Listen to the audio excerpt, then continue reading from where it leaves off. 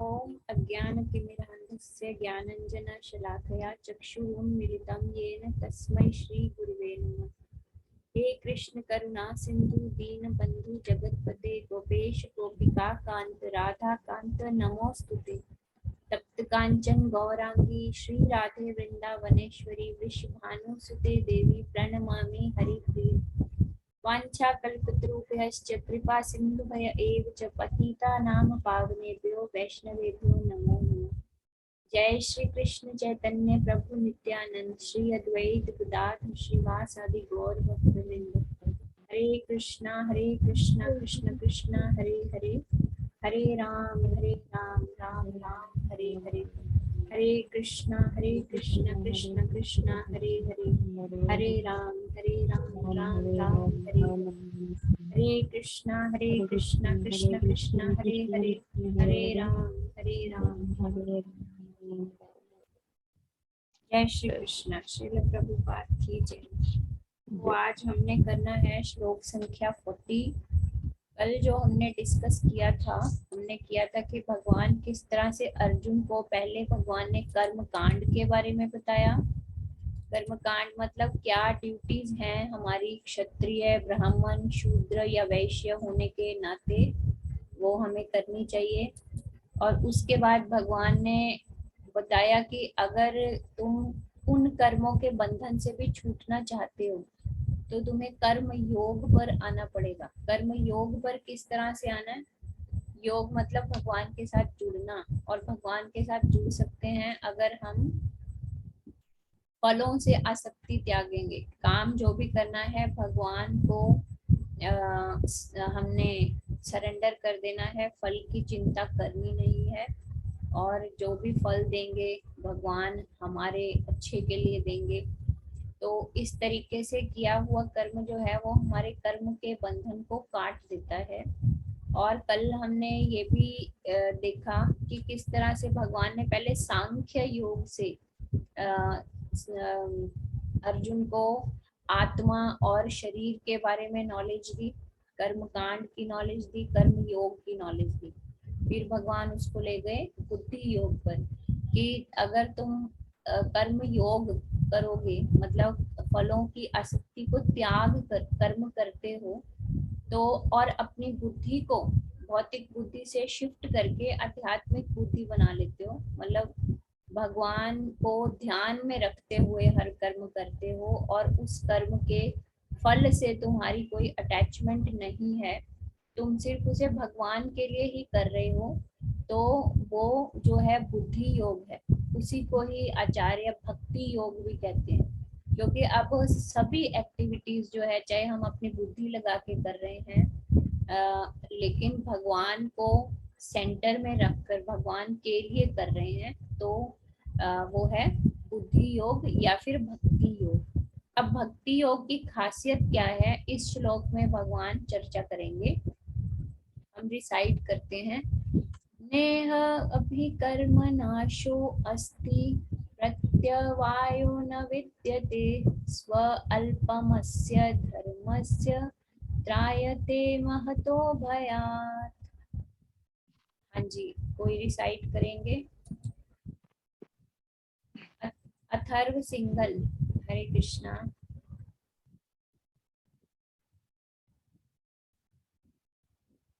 जी माता जी, मैं करूं? हाँ जी। न इहि अधिकर्म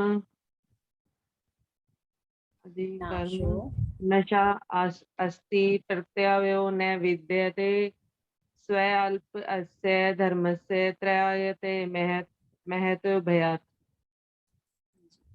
तो अभी इसकी ट्रांसलेशन पढ़ते हैं। अनुवाद बाय श्रील प्रभुपाद की जय।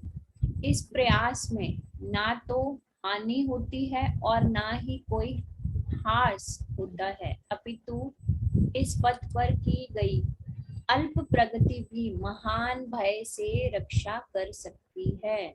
तो इस प्रयास में, कौन से प्रयास में, जो अभी हम बात कर रहे थे कि जब हम अपने कर्म को अपनी बुद्धि को भगवान के साथ जोड़कर अपनी जीवन को भगवान के प्रति समर्पित करके जीवन जीते हैं, सिर्फ अपने इंद्रिय तृप्ति के लिए नहीं जीते, कोई भी कर्म हम अपनी खुशी के लिए नहीं करते, केवल और केवल भगवान की खुशी के लिए कर्म करते हैं, तो तब इस प्रकार किया हुआ प्रयास जीवन को जीने के लिए उसमें कोई हानि नहीं होती और ना ही हास होता है। हास का मतलब है कि वो कंप्लीट हो या ना हो, उससे फर्क नहीं पड़ता, अपितु इस पथ पर की गई अल्प प्रगति, कौन से पथ पर, फिर से एक बार डिस्कस करेंगे कि भगवान के पथ पर।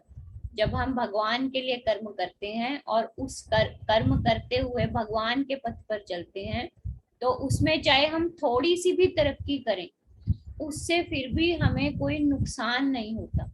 किस तरह से, अगर इसको समझा जाए कि महान भय से रक्षा, महान भय से रक्षा, जो सबसे बड़ा भय है वो क्या है, कोई बताएंगे कि हमारी जीवन में सबसे बड़ा जो डर होता है हमें, वो क्या होता है? जो भी आपके नजर में है कि ये सबसे बड़ा डर है, वो बता सकते हैं। उमा माता जी।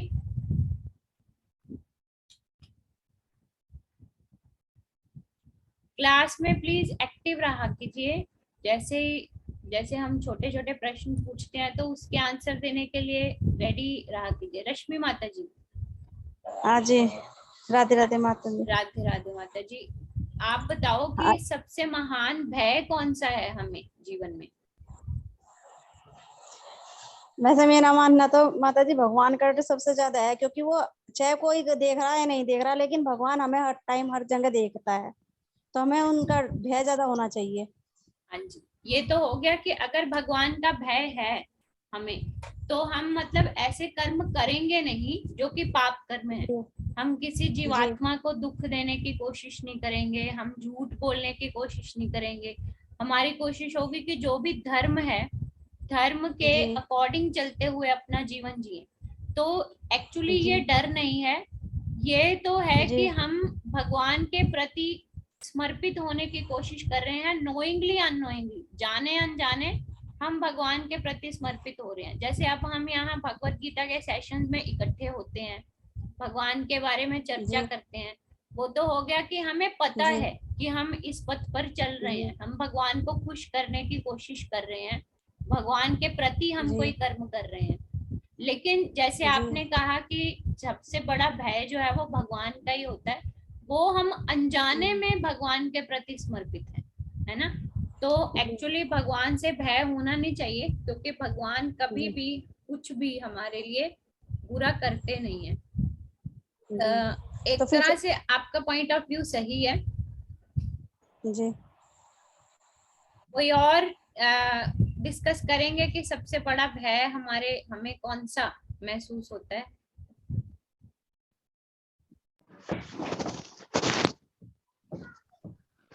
हाँ जी, सीमा माता जी। जी माता जी, हम भी कोई भी गलत काम करेंगे तो हमें भय होता है, भगवान का डर होता है कि हम भगवान देख रहे हैं हमारे को, कुछ भी हम गलती करते हैं। हाँ जी, हाँ जी। हमें डर लगा रहता है, भगवान देख रहा है, चाहे कोई देखे या ना देखे, भगवान तो देख ही रहा है ना। जी बिल्कुल बिल्कुल। तो वो तो जैसे मैंने अभी कहा कि वो तो एक तरीका है कि हम अच्छे कर्म करें, हमारी कोशिश होती है। लेकिन सबसे बड़ा भय जो है वो है मृत्यु का भय, मृत्यु का डर।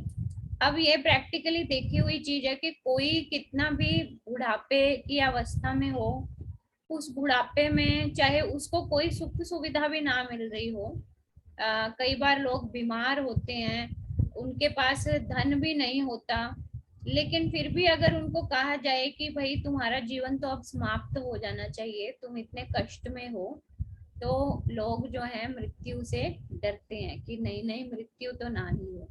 तो एक्चुअली सबसे बड़ा भय जो मनुष्य को होता है वो मृत्यु का भय है।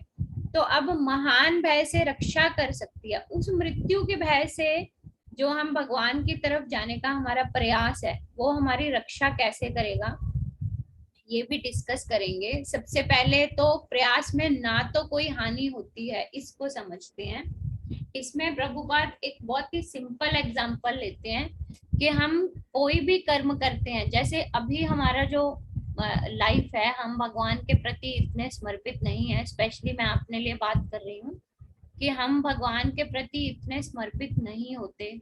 हमारा ध्यान जो है वो अपनी गृहस्थी में है, बच्चों में है, लेकिन भगवान के प्रति जितना समर्पण हमें चाहिए वो समर्पण हमारे अंदर अभी तक डेवलप नहीं हुआ है। तो अब क्या होगा, जैसे इसको ऐसे समझ सकते हैं कि अगर कोई हानि, अब हानि कैसे हो सकती है भौतिक लेवल पर अगर बात करें, भौतिक लेवल पर अगर बात करते हैं तो एक स्टूडेंट की बात अगर हम करें तो बच्चा जो है शुरू से लेकर एलकेजी से लेकर वो पढ़ा, उसने नीट के एग्जाम्स दे दिए है ना, उसका डॉक्टरेट में जो एडमिशन है मेडिकल स्ट्रीम में हो गया, उस मेडिकल स्ट्रीम में उसने कोई अपना एक स्ट्रीम चूज कर लिया, लेकिन लास्ट जो साल है ना मान लीजिए उसमें वो क्लियर नहीं कर पाया है ना, तो अगर उस साल में वो क्लियर नहीं कर पाया तो उसकी जो पिछली सारी मेहनत है वो बिल्कुल खत्म हो जाएगी। या ऐसे सोचें, क्यों? क्योंकि जब तक वो बिल्कुल फाइनल स्टेज पर नहीं पहुंचता है ना, पूरा अपना डॉक्टर की पढ़ाई नहीं कर लेता और उसके पश्चात वो अपना डॉक्टर की प्रैक्टिस नहीं करने लग जाता, उस टाइम तक हम उसको सक्सेसफुल नहीं मानेंगे। चाहे उसने अपने जीवन के 20-22 साल जो है उसी स्ट्रीम में लगा दिए, लेकिन एंड में आकर अगर वो अटक जाता है तो उसको मतलब बिल्कुल भी 1% भी उसका रिजल्ट उसके सामने नहीं आएगा, क्योंकि वो प्रैक्टिस तो कर ही नहीं पाएगा। या अगर इसको ऐसे समझें कि एक बच्चा है और उसको हमने पढ़ने लगाया, 5वीं या 6ठी कक्षा तक वो पढ़ा, उसके बाद उसकी मृत्यु हो गई। अब अगले जन्म में जब वो फिर से पैदा होगा, पढ़ेगा, तो उसको 5वीं या 6ठी तक का काम याद नहीं होगा। ऐसा नहीं होगा कि उसको याद होगा कि हाँ मैं 5 या 6 तक पढ़ के आया था, अब मैंने डायरेक्टली 7वीं क्लास में जाना है। बर्थ होने के बाद उसको फिर से एलकेजी क्लास से ABC से ही स्टार्ट करना पड़ेगा। तो कहने का भाव क्या है कि अगर हम भौतिक स्तर पर देखते हैं, हम जितने भी कर्म करते हैं, जब तक वो अपने लास्ट लेवल ऑफ अचीवमेंट तक नहीं पहुंच जाते, कंप्लीट सक्सेस तक नहीं पहुंच जाते, उनका कोई फायदा होता नहीं। तो ये हमारे लिए, ये भी हमारे लिए भय होता है कि मैं इतनी मेहनत तो कर रहा हूँ, अब पता नहीं कोई फल मुझे मिलेगा या नहीं मिलेगा, है ना। जैसे हमने पूरी उम्र जो है वो धन इकट्ठा किया, क्योंकि मान लीजिए हम एक स्कूल खोलना चाहते हैं, तो धन इकट्ठा किया, स्कूल खोलना चाहते हैं, लेकिन इन बिटवीन क्या हुआ, जैसे कोरोना काल में हुआ है, बहुत सारे छोटे छोटे स्कूल जो हैं जिन्होंने काफी इन्वेस्टमेंट्स कर रखी थी बंद हो गए, क्योंकि कोरोना काल में बच्चे गए नहीं, माँ बाप ने फीस नहीं भरी और स्कूल्स जो हैं वो बंद हो गए। तो इसलिए ये एक भय है ना। जब तक हमें पूरी तरह से सफलता नहीं मिलती, हमारे सामने पूरी तरह से रिजल्ट नहीं आता, तो हमारे लिए एक डर जो है वो बना रहता है। लेकिन भगवान कह रहे हैं कि तुम अगर भौतिक लेवल पर काम करते हो तो जब तक तुम्हें फल की प्राप्ति नहीं होती, तुम हमेशा भयभीत रहते हो कि मुझे फायदा होगा या नुकसान होगा। और अगर वो काम कंप्लीट ही नहीं हो पाता, हमने 100% में से 80% तो कर लिया, फिर भी हमारे पास कोई रिजल्ट आएगा नहीं। तो जैसे हमने स्कूल के लिए बिल्डिंग बना ली, फर्नीचर ले लिया, टीचर्स रख लिए, लेकिन बच्चे ही नहीं आए हमारे पास, स्टूडेंट्स नहीं आए, तो क्या फायदा उसका, है ना। स्कूल तो खुल गया लेकिन फिर भी नहीं खुला, तो इसलिए उसमें हानि भी हो सकती है। जब तक हमें 100% सक्सेस नहीं मिलती तब तक हम भय की अवस्था में हैं, हमारे पास कोई रिजल्ट नहीं आएगा। लेकिन भगवान कहते हैं कि जब तुम स्पिरिचुअलिटी में आते हो, आध्यात्मिकता में आते हो, भगवान की तरफ बढ़ने का प्रयास करते हो, तो उस प्रयास में तुम्हें कोई हानि नहीं होगी। क्योंकि कैसे नहीं होगी? क्योंकि चाहे तुम थोड़ा सा भी नाम जप करते हो और उस थोड़े से नाम जप के बाद मान लीजिए हम जो है अभी भगवान की तरफ मुड़े हैं, मान लीजिए कोई लाइफ में कंडीशन ऐसी आ जाती है कि हमारा पूजा पाठ और पठन पाठन सब कुछ छूट जाता है ना, तो क्या होगा, क्या हम लास्ट स्टेज तक पहुंचे नहीं तो हमारा जो पूरा प्रयास है वो खत्म हो गया? नहीं, पूरा प्रयास खत्म नहीं हुआ। वो जो प्रयास है वो हमारे अगले जन्म तक जाएगा, क्योंकि अगर हमने थोड़ी बहुत भगवान की तरफ हमारी श्रद्धा थी, हमने कुछ ग्रंथ पढ़े, हमने हर रोज कुछ माला का जाप किया, लेकिन किसी तरीके से छूट गया, मान लीजिए हम बीमार हो गए, उस बीमारी में मृत्यु हो गई, तो जितना भी पूजा पाठ किया हुआ है, जितना भी नाम जप हमने किया हुआ है, वो आगे कैरी फॉरवर्ड होगा अगले जन्म में। उसमें अगले जन्म में हमें उसका कुछ ना कुछ अच्छा फल जरूर मिलेगा। अगर हम इसमें सक्सेसफुल नहीं हो पाए तो क्या होता है, मतलब हमने स्टार्ट किया आध्यात्मिकता की तरफ जाना, और हमारा सक्सेस क्या है, डेस्टिनेशन क्या है, हमारा गोल क्या है, लक्ष्य क्या है, हमारा लक्ष्य है भगवत धाम की प्राप्ति, लेकिन वो लक्ष्य हमारा कंप्लीट नहीं हो पाया। अगर लक्ष्य कंप्लीट नहीं होता तो क्या होता है, हमें अगले जन्म में कुछ ना कुछ अच्छी अवसर मिलते हैं। जैसे भगवत गीता में हम आगे पढ़ेंगे कि अगर इस तरह की मौके बन जाते हैं कि हमारी मृत्यु हो गई और जब हमें अगला मनुष्य शरीर मिलेगा, तो उस शरीर में क्या होगा, या तो हम बहुत धनी परिवार में हमारा जन्म होगा। धनी परिवार में जन्म क्यों होगा? क्योंकि भगवान हमें मौका देंगे कि भाई पिछले जन्म में तुम भौतिकता में इतने फंसे हुए थे, तुम्हारे ऊपर परिवार की इतनी जिम्मेवारी थी कि तुम जो है मुझे उतना ध्यान नहीं सके कि तुम मेरे धाम वापस आ जाओ, इसलिए अब मैं तुम्हें एक धनी परिवार में जन्म दे रहा हूँ, ताकि वहां पर तुम्हें खाने पीने की, कमाई करने की कोई टेंशन ना हो, सिर्फ तुमने मेरा नाम ही जप करना है। तो ये क्या है, भगवान हमें अवसर दे रहे हैं आगे की जर्नी कंप्लीट करने के लिए। या फिर दूसरा ऑप्शन होता है, अगर हमने काफी अच्छी तरह से प्रयास किया लेकिन फिर भी डेस्टिनेशन तक नहीं पहुंच पाए, मान लीजिए 50% किया तो धनी परिवार में जन्म होगा, 80% तक हम पहुंच गए आध्यात्मिकता में, तो हमारा जन्म जो है एक अच्छे ब्राह्मण कुल में होगा।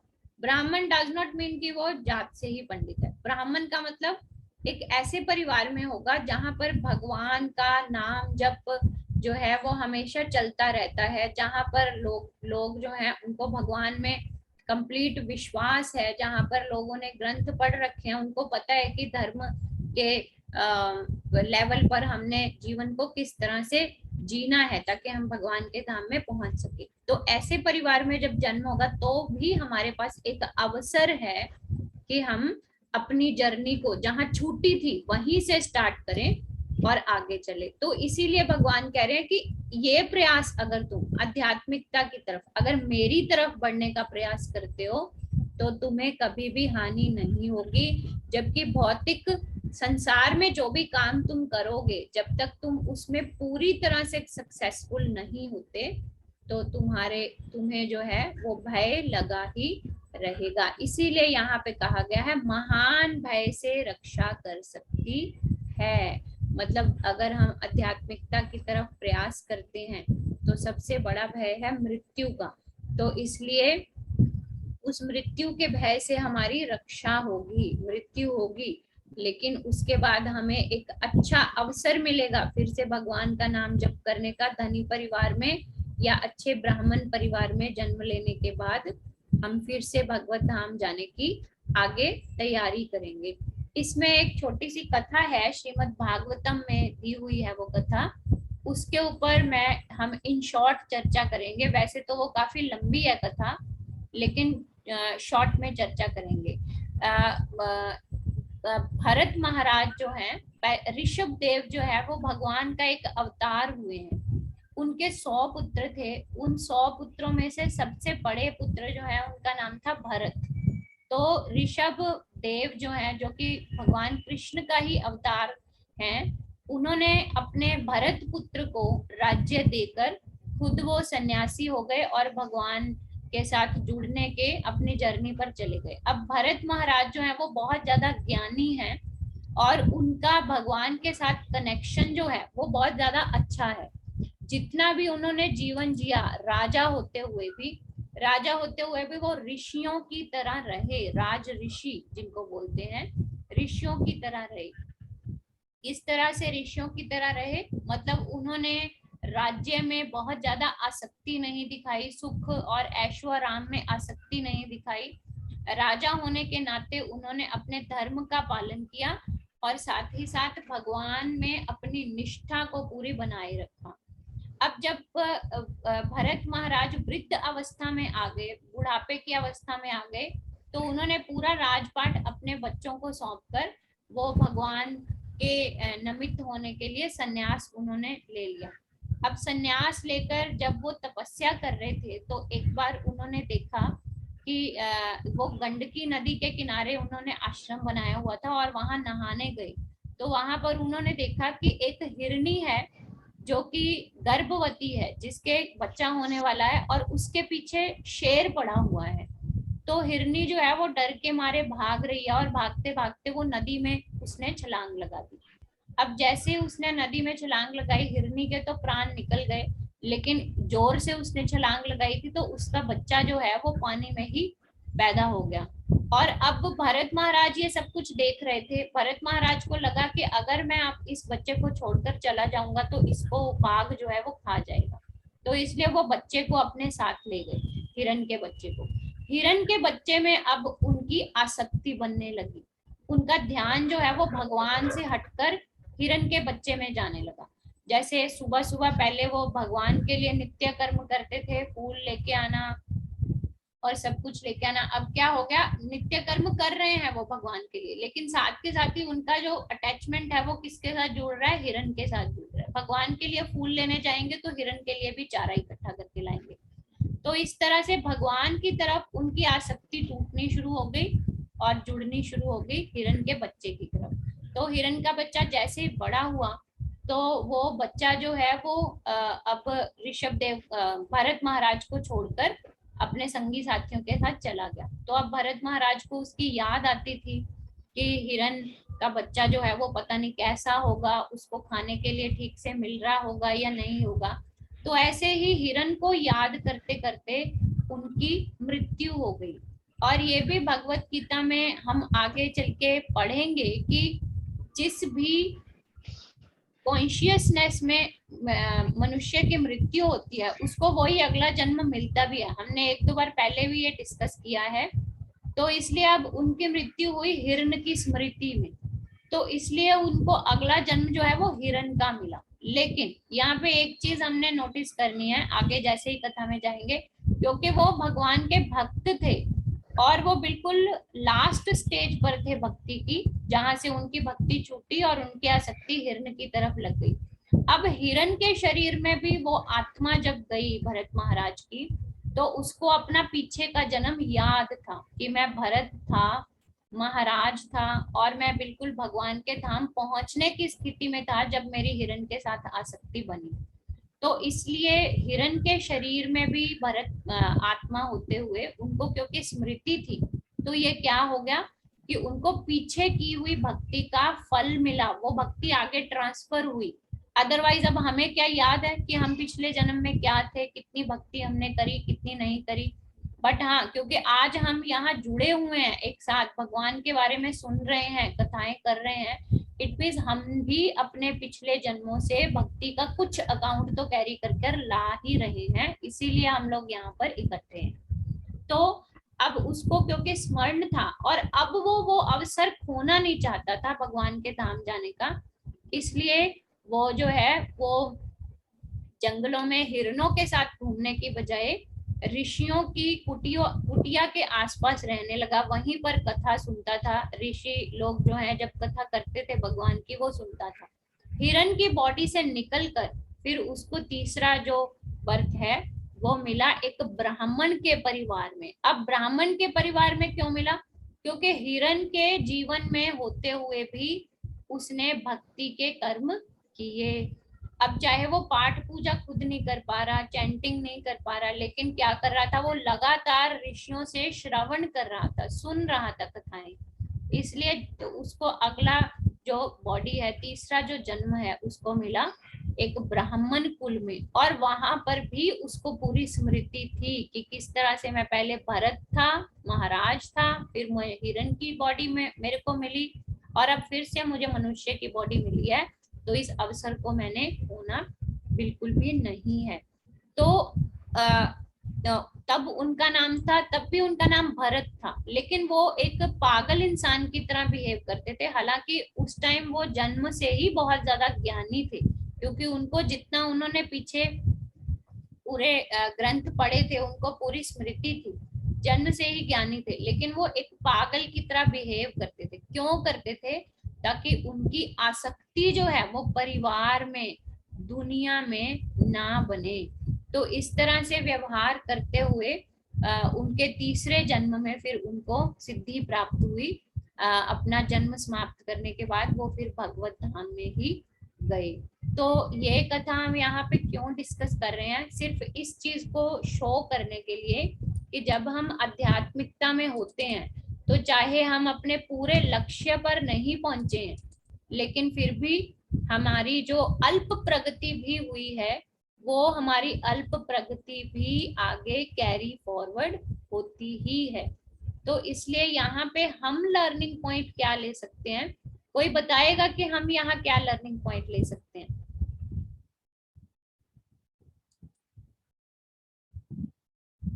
हरे कृष्णा।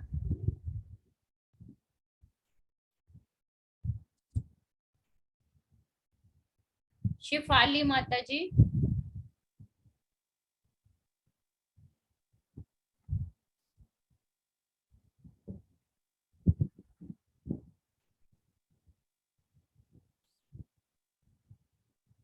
सीमा माता जी, आप बताइए।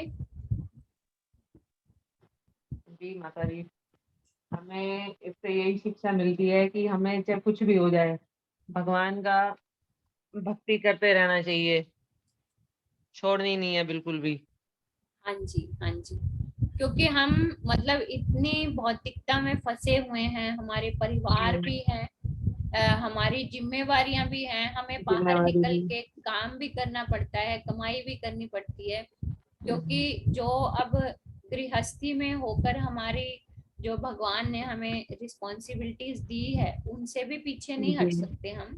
नहीं क्योंकि होता। हमारे वेदों में ये भी लिखा हुआ है कि अगर एक गृहस्थ है और अपने परिवार की जिम्मेवारी को छोड़कर वो संन्यास ग्रहण नहीं कर सकता, तो चाहे हमारा अंदर से कई बार मन होता है कि अरे कहाँ मैं इस बच्चों के और पति के और परिवार के जंजाल में फंस गई हूँ, है ना, इससे निकलूं और पूरी तरह से अपना जीवन भगवान के प्रति समर्पित कर दूं, ऐसा भाव कभी कभी आता है हमारे मन में। लेकिन फिर भी हम क्यों नहीं कर पाते? क्योंकि हमने वेदों के अनुसार ही चलना है कि अगर परिवार है तो परिवार में अपनी जिम्मेवारियों को निभाते हुए हमें भगवान के साथ जुड़ने का प्रयास करना है। और वो इम्पॉसिबल नहीं है, क्योंकि कई लोग है ना, वो ऐसे कहते हैं कि अरे परिवार की जिम्मेवारी है, हम कैसे करें, है ना। ये क्या होता है? हाँ ये कहते सिर्फ हो। बहाने हैं, ये है ना, जिन्होंने जो नहीं जुड़ना चाहते भगवान के साथ, उनके लिए ये बातें हैं। लेकिन जो जुड़ना चाहते हैं वो पारिवारिक जिम्मेवारी में होकर भी भगवान के साथ जुड़ सकते हैं। तो हम लोग यहाँ डिस्कस क्या कर रहे हैं कि अपने परिवार की रिस्पॉन्सिबिलिटीज को निभाते हुए भी अगर हम भगवान का स्मरण करते हैं और भगवान अब हम भगवान के प्रति समर्पित हैं, तो जैसे रूटीन में हमारा रूटीन क्या है, मान लीजिए 6 बजे उठना हमारा रूटीन है, और अब हम क्या करेंगे, हम भगवान के साथ जुड़ना चाहते हैं, कोई अकाउंट हम अपना बनाना चाहते हैं भगवान की भक्ति में, है ना, तो क्या करें, अपने शरीर को थोड़ा सा तपस्या के लेवल पर लेकर जाए। जैसे श्री प्रभुपाद ने हमें एक बहुत अच्छा प्लेटफॉर्म दिया है कि 4:30 बजे मंगल आरती आपने करनी ही करनी है। अगर 4:30 बजे मंगल आरती के लिए हमने तैयार होके मंदिर में जाना है, या मान लीजिए घर पर ही हम मंगल आरती 4:30 बजे करते हैं, तो इट मीन हम 3:30 पौने 4 बजे उठेंगे, 4:30 बजे मंगल आरती करके उसके बाद फिर हम अपना जपा कर सकते हैं। तो इस तरह से मतलब भगवान के साथ जुड़ने का अगर हमारा मन है और हम प्रयास करना चाहते हैं तो भगवान फिर रास्ते अपने आप ही खोलते चले जाते हैं। तो द बेसिक थिंग इज कि हमें अपने सांसारिक जिम्मेवारी तो चल ही रही है, लेकिन भगवान की तरफ जो हमारा कर्तव्य है वो हमारे खुद के लिए है कर्तव्य। भगवान की तरफ जो हमारा कर्तव्य है हमें उसके लिए भी तैयारी करनी चाहिए। और जैसे ही हम मन में दृढ़ संकल्प कर लेंगे ना कि अब मुझे भगवान के लिए कुछ तो समय निकालना ही है, 24 घंटे में कुछ तो समय मुझे देना ही है। वैसे प्रभुपाद ने तो जो सेट किया है स्टैंडर्ड वो 2.5 घंटे का है कि 24 घंटे में से 2.5 घंटे अगर लेते हैं हम तो वो 10वां हिस्सा हो गया दिन का। 10वां हिस्सा जो है वो हमने भगवान को समर्पित करना है। तो इसीलिए प्रभुपाद ने हमें 16 माला जो है वो जप करने का आदेश दिया है, जिसमें 16 माला करते हुए अप्रोक्सीमेट हमारे 2 घंटे जो हैं वो जाते हैं। और उसके बाद प्रभुपाद ने कहा कि आपको हर रोज कुछ ना कुछ किताबें पढ़नी है, जैसे श्रीमद् भगवत गीता हो गई, श्रीमद् भागवतम हो गई, और प्रभुपाद की लिखी हुई और कई छोटी छोटी किताबें हैं, उनको पढ़ना है आधा पौना घंटा। तो अपने आप ही वो 2.5 घंटे जो है वो हम भगवान की सेवा में लगाएंगे। तो जैसे ही हम मन में संकल्प करते हैं कि मैंने ये करना है तो भगवान रास्ते अपने आप ही बनाते चले जाएंगे, क्योंकि इस पथ पर हमारा बिल्कुल भी नुकसान नहीं है। रुकावटें आएंगी, लेकिन अगर हम दृढ़ निश्चयी हैं तो उन रुकावटों से ऊपर होते हुए, रुकावटों को पार करते हुए हम भगवान के साथ जुड़ते हुए ही चले जाएंगे। यहाँ पर अगर किसी का कोई प्रश्न है, और अगर कोई आप लोग अपनी पर्सनल रियलाइजेशन शेयर करना चाहते हैं, कोई भी पर्सनल रियलाइजेशन मतलब किसी का कोई एक्सपीरियंस है, जैसे कि मैंने एक बार ये ठाना था कि मैं भगवान के लिए ये कर्म करना चाहती हूँ और मेरा रास्ता इस तरह से खुला, आप शेयर कर सकते हैं।